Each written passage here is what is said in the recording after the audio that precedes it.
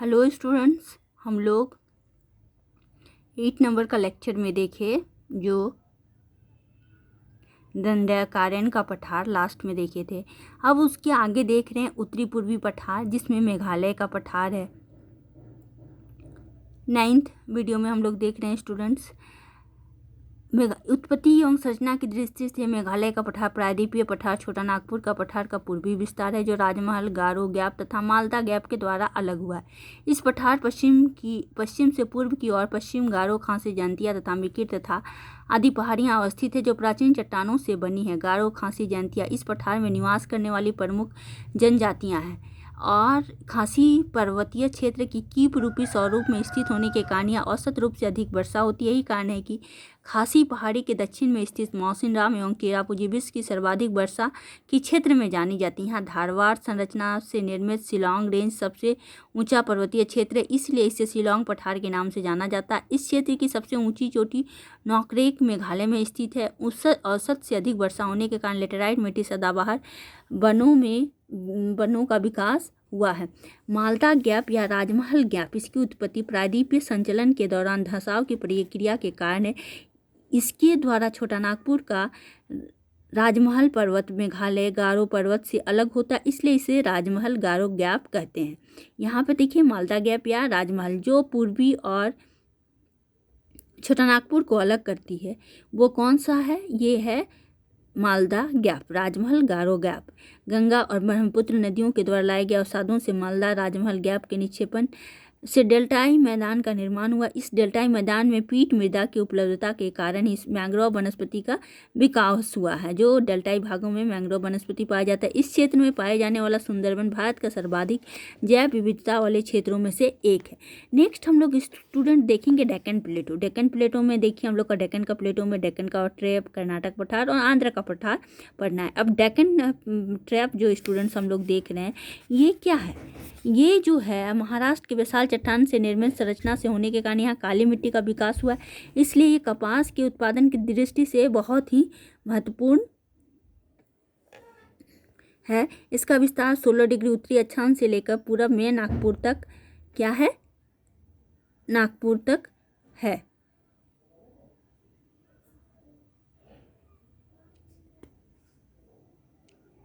इसी पठारी क्षेत्र में गोदावरी नदी अपवाहित होती है। अब देखिए सतमाला, अंजता, बालाघाट और हरिश्चंद्र पहाड़ियों का विस्तार भी इसी पठार में है। अब स्टूडेंट्स हम लोग देखेंगे, ये देखिए डेक्कन का ट्रैप देख लिए। अब कर्नाटक का पठार देखेंगे स्टूडेंट्स, जिसमें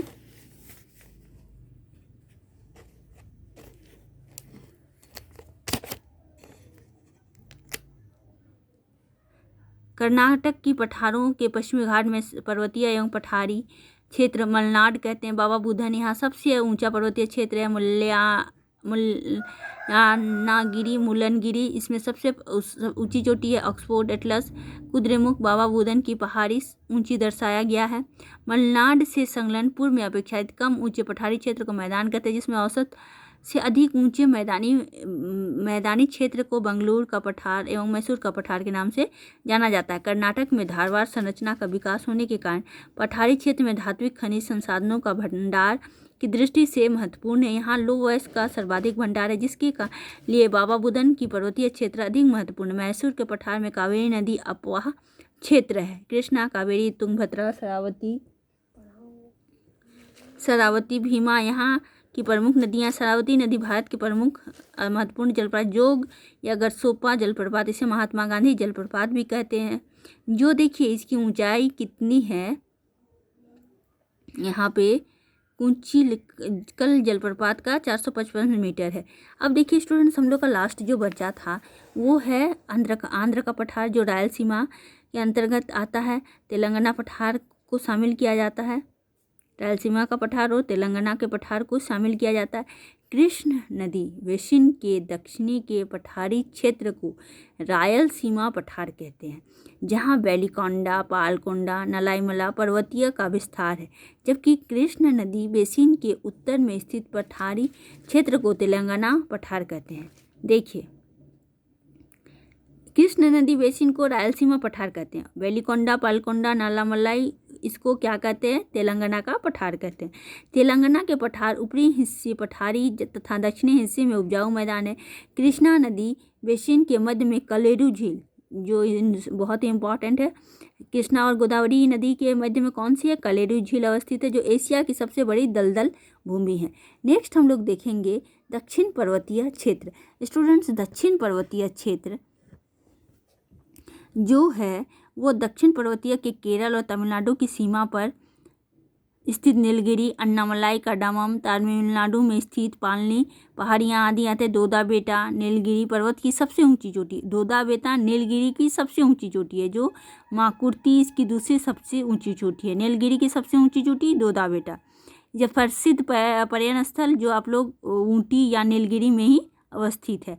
साउथ का जो है, जैसे आप लोग नॉर्थ में नैनीताल, कुल्लू, मनाली ये सब देखें नैनीताल, तो अब साउथ में हम लोग देखते हैं जो टूरिस्ट पैलेस है वो कौन सा है? वो हम लोग देखें ऊटी नीलगिरी में ही स्थित है। अब देखिए अन्नामलाई पर्वत की चोटी अनाईमुडी जो है वो 2695 मीटर है। अन्नामलाई की पर्वत की सबसे ऊंची चोटी है अनाईमुडी, जो दक्षिण भारत की सबसे ऊंची चोटी है, और नीलगिरी की दोदा बेटा। तो सबसे ऊंची चोटी अनाईमुडी हुई, जबकि कार्डामम प्रायद्वीप भारत का दक्षिणतम पर्वतीय क्षेत्र है। यह केरल तमिलनाडु सीमाओं पर स्थित है। देखिए स्टूडेंट्स,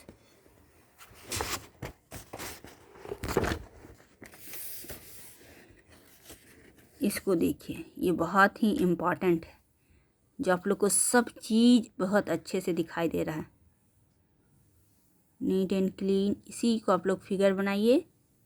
दोदा बेटा, अनाईमुडी भी दिख रहा है, इलायची की पहाड़ी भी दिख रही है। इस फिगर को अच्छे से सॉल्व कीजिए आप लोग और अपनी कॉपी में बना लीजिए।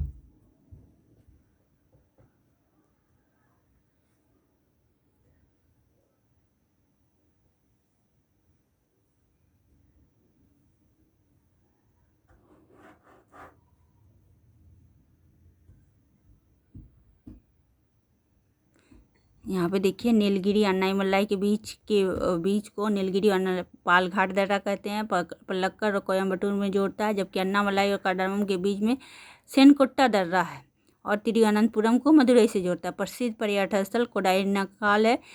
कोडाईकनाल पालनी पहाड़ियों में स्थित है। केरल की नीलगिरी पर्वतीय क्षेत्र में स्थित सात घाटी साइलेंट वैली सर्वाधिक जैव विविधता वाले क्षेत्रों में से स्थित है।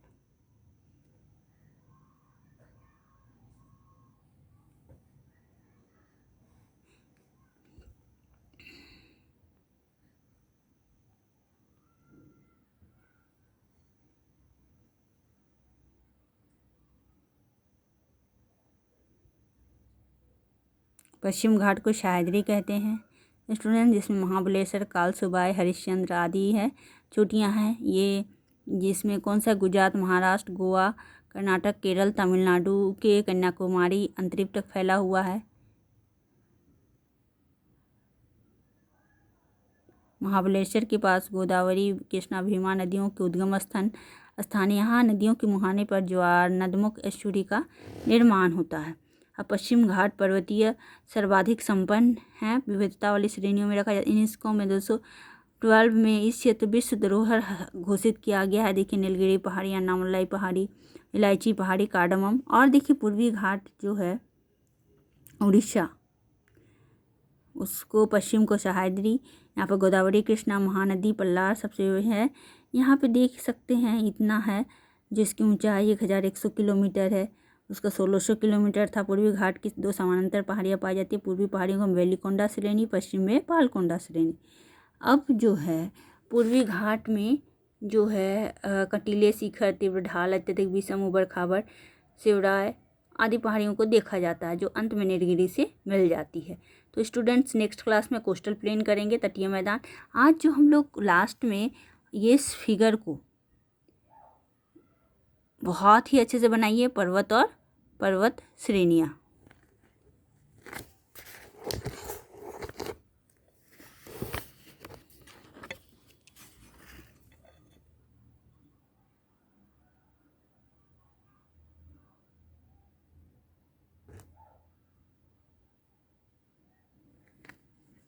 Thank you students.